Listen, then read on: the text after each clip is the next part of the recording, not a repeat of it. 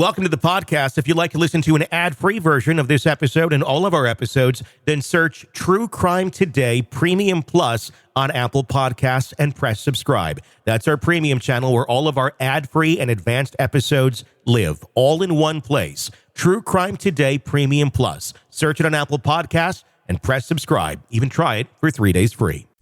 Some secrets are kept in the basement, others in the morgue. Welcome to Hidden Killers with Tony Bruschi, featuring defense attorney and host of the podcast, Defense Diaries, Bob Motta.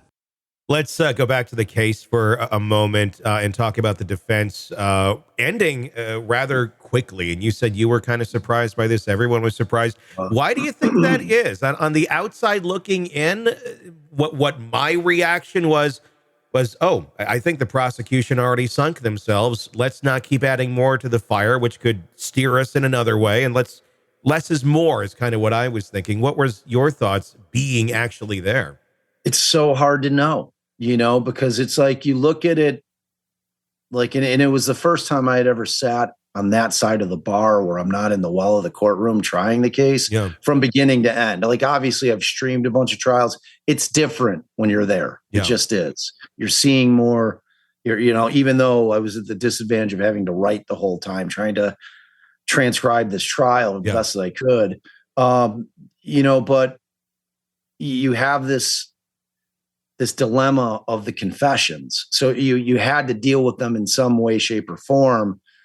And like, how do you balance how much of the state's, what I consider to be weak case in terms of evidence, if you pull the confessions out of it and you're like, okay, well, they basically have mere presence at the bridge and you have a few eyewitnesses that all give different descriptions of a different person, at least in my estimation. Yeah. And then you got this unspent casing. So you've got to deal with those independently, but also understanding that the most powerful evidence at the end of the day is going to be those confessions, and then you're kind of looking at it from the defense perspective. You're like, how much do we put on? Do we put Kathy Allen on? Do we need to give this jury an understanding of where Rick was for the rest of the day? Like what was his demeanor when I got home from work, frankly, and I'm sure that was the toughest decision for the defense, whether or not to put her on, and it could have been Rick Allen, who's very protective of his wife, saying, I don't want her involved with this, to not put her on the stand. I don't know. I mean, ultimately that's a strategy decision by the attorneys, not the client. But like, personally, like, I leaned on the side that was a mistake not putting her on, because I think the jury needed to hear what was going on with Rick when she got home from work. What was he doing? Who does the laundry? Was there any laundry being done? Was there, did he leave that night? Was he acting strange? Like, all those things that you could have asked her, because the way it kind of went down is you never really heard where Rick Allen was that whole day. Mm-hmm. And it was kind of left at that, which strategically, when you're kind of looking at the microcosm of the case and you're shrinking it down to the period of time in which the state believes the girls were killed, which is why I was like, you attack the timeline. You attack the timeline. They could not prove when the girls died. The only information that they were using was saying that Libby's Apple Health data, her phone data, said that the phone stopped moving in such and such a time. Mm-hmm. That doesn't mean that that's when the girls died. No, it just doesn't, and it's like, you get this kind of like stunning evidence brought in at the very last minute by the defense, with this phone being plugged in, that the headphone port was accessed from 5:22 to 10 and then unplugged at 10:23. You've got, their phone data guy going down and Googling, in a 15-minute break and coming up and testifying, oh, I Googled that can be from water damage or dirt. And like, why wasn't that looked at? Yeah. What, are you telling me that at no point during the 7 years of investigation that no one ever, with this thought that the girls crossed the creek, like that at some point that they were forced to cross the creek, like, don't you want to just see if the phone had water damage just to support that proposition alone, without even thinking about this thing that they may have found or that they did find in the data. Yeah. Like, like, how was that never done? Like in the search for the truth, like my biggest takeaway from this trial is that this investigation was not good. Like that, and we all knew that going in, but it was substantiated at trial. It's one thing to hear about it and hear everybody speculate about it. It's another thing to hear it come into evidence. The amount of lost interviews, the amount of things that weren't done, the amount of things that they did at trial. Like they get a jury question about, oh, did you ever go and see how many Ford Focuses were, in the area? Black Ford Focuses were in the area at the time, and they hadn't done that. Mm-hmm. And they do it after they get that jury question in the middle of trial. Yeah. And then they only provide the information on a real limited scope. Like they don't talk about all the cars that look like Ford Focuses. You can't tell what kind of car that is. Well, one of the pieces from afar that I was kind of taken aback by was the individual, I believe it was an officer, who testified about the voice on the bridge and the voice on the video and Richard Allen, and just basically stating, I believe that's him. Okay, how have you verified this? What testing have you done on the voice to compare it?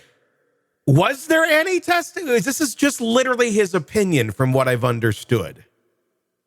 Yeah. That's it. Exactly. And presented as fact. Presented as if this guy, obviously they crossed him. Do you have any training? Do you have any education to make that kind of assessment on the stand in the middle of a trial? And he's like, no, I don't have any of that. And then she allows that opinion to come in. I was like stunned. Yeah. And I was like stunned. I was absolutely, I couldn't believe it. How many times did you just want to stand up and yell? That's like me putting you on the stand, Tony, and saying, hey, man, you're like, Tony, yeah, I listened to it. I listened to it 100 times, maybe more. And I had headphones on. Oh, okay. And then you listen to the audio from that video. Okay. And then Tony, in your expert opinion, because you listened to so many times, is that the same voice? Yeah. Yes, it is. Yes, it is. It must be. Unequivocally, it's the same voice. Yeah. I'm like, am I in crazy world? Yeah. It felt like, what are we doing here? Like, how is this being presented as fact? Like we have things, we have tools to do these tasks. Right. Why not get somebody to figure out the height of the bridge guy? Like either way, there's ways of doing these things. There's 100% ways to do it. And they chose not to do it. Like that came out on testimony. Like, it was like 10 grand. We decided because of the error, the error rate that we decided not to do it. I'm like, oh man, I don't know, man. I don't know. It was just a thing. So I don't know. It's all going to come out on appeal though. All of it, we're going to hear about it all on appeal. The nice thing about the appeal is that they're going to have to make the transcripts. So I want the world to read the transcripts. Yeah. I did the best I could. Yeah. Andrea did the best that she could. Lawyerly, we all did the best that we could to transcribe every word that you can, but you can't do it. No, it's impossible. And the world deserves to know what went on in that courtroom, word for word.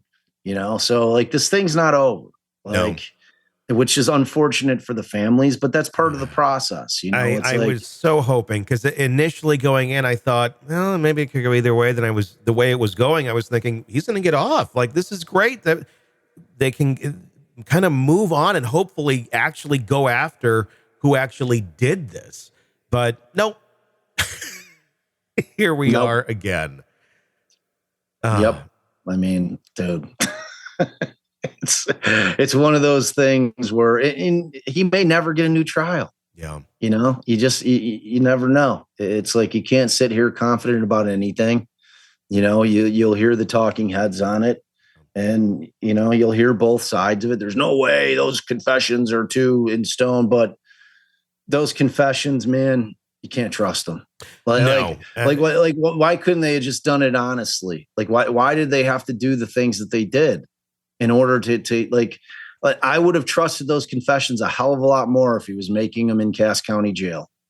1,000%. It was not the same Richard Allen in that initial police interview that was making those confessions. Very different person. He was a shell of his former self. It was shocking, man. Well, we will continue to watch it. And maybe 10 years from now, you got to go drive there again and sit in a I'm going to go courtroom up for sentencing, even though that's a foregone conclusion. Yeah. She's going to get the maximum possible. So, but, Gosh.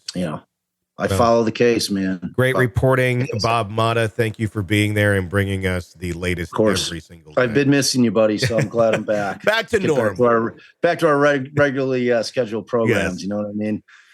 Welcome to the podcast. If you'd like to listen to an ad-free version of this episode and all of our episodes, then search True Crime Today Premium Plus on Apple Podcasts and press subscribe. That's our premium channel where all of our ad-free and advanced episodes live, all in one place. True Crime Today Premium Plus. Search it on Apple Podcasts and press subscribe. Even try it for 3 days free.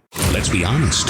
Nothing kills the thrill of a good murder mystery like a commercial for laundry detergent. It's like someone slapping a closed sign on your favorite dive bar. But you're not here for that, are you? You're here for the good stuff. So ditch the ads and upgrade to True Crime Today Premium Plus on Apple Podcasts. With True Crime Today Premium Plus, you get your crime straight. No chaser. Commercial free with extended interviews and early access. It's like getting the bartender's special when the bar's already closed. Search for True Crime Today Premium Plus on Apple Podcasts. Subscribe and drink it all in.